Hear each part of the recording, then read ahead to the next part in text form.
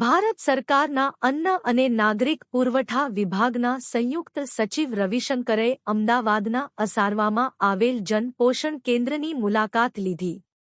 સંયુક્ત સચિવે જનપોષણ કેન્દ્રની રેશન દુકાનમાં સરકારની વિના મૂલ્યે ગરીબ કલ્યાણ યોજના હેઠળ નેફસા રેશનકાર્ડ ધારકોને વિતરણ કરાઈ રહેલ અનાજ ઉપરાંત અન્ય ન્યુટ્રિશનલ ચીજવસ્તુના વિતરણની ચાલી રહેલ કામગીરીનું બારીકાઈથી નિરીક્ષણ કર્યું હતું.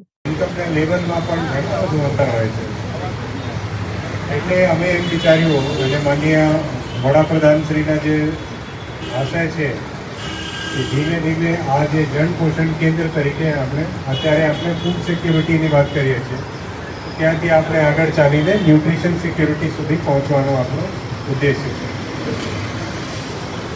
એમાં અમુક રાજ્યો એવા પણ છે જેમાં રાજ્ય સરકાર તરફથી કોઈ પણ સ્કીમ નથી, એટલે એ લોકો સંપૂર્ણતયા કેન્દ્ર સરકાર ઉપર નિર્ભર હોય છે. અને અમુક જગ્યા એવું પણ છે કે જ્યાં રાજ્ય સરકારની સ્કીમ, દાખલા તરીકે તમિલનાડુમાં આપણે જઈએ તો રાજ્ય સરકાર યુનિવર્સલ પીડીએસનો સિસ્ટમ લાવડાવે છે, એટલે કોઈ પણ એનો ગમે તેટલો ઇન્કમ હોય, ગમે તેટલો આવક હોય, એ પણ ત્યાં લે છે. એટલે એક ફોર્મ્યુલા બધાને લાગુ પડે એવા કોઈ પણ સિસ્ટમ આપણે દિલ્હીમાં બેઠીને આપણે યોજી શકતા નથી. એના ભાગરૂપે આપણે એમ વિચાર કર્યો છે કે જે કોઈ દુકાનમાં જન પોષણ કેન્દ્ર તરીકે એને તબદીલ થઈ શકે એ વધારે સારું રહેશે. દાખલા તરીકે ગુજરાત સરકારે પરિપત્ર કરીને 20,000 સુધીનું આપણે એક લોએસ્ટ મિનિમમ ઇન્કમની આપણે વાત કરી છે. આનું પ્રજનન ગુજરાતમાં થયું છે. મુરબ્બી શ્રી સ્વર્ગીય S.K. નંદા સાહેબ જ્યારે આપણા પુગરના સચિવ હતા ત્યારે મોડર્ન સ્કોરના સ્વરૂપમાં આનું પ્રજનન થયું.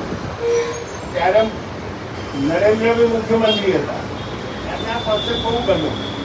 એ વખતે સેન્ટ્રલ ગવર્મેન્ટમાં મનમોહન સિંહજીની સરકાર હતી.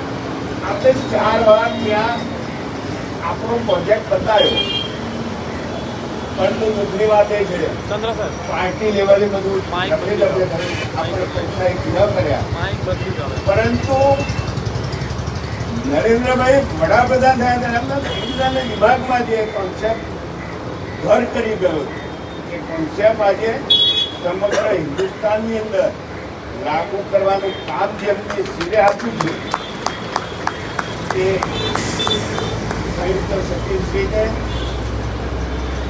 હું ગુજરાતના વેજદીવાના દુકાનદારો વતી આવકાર.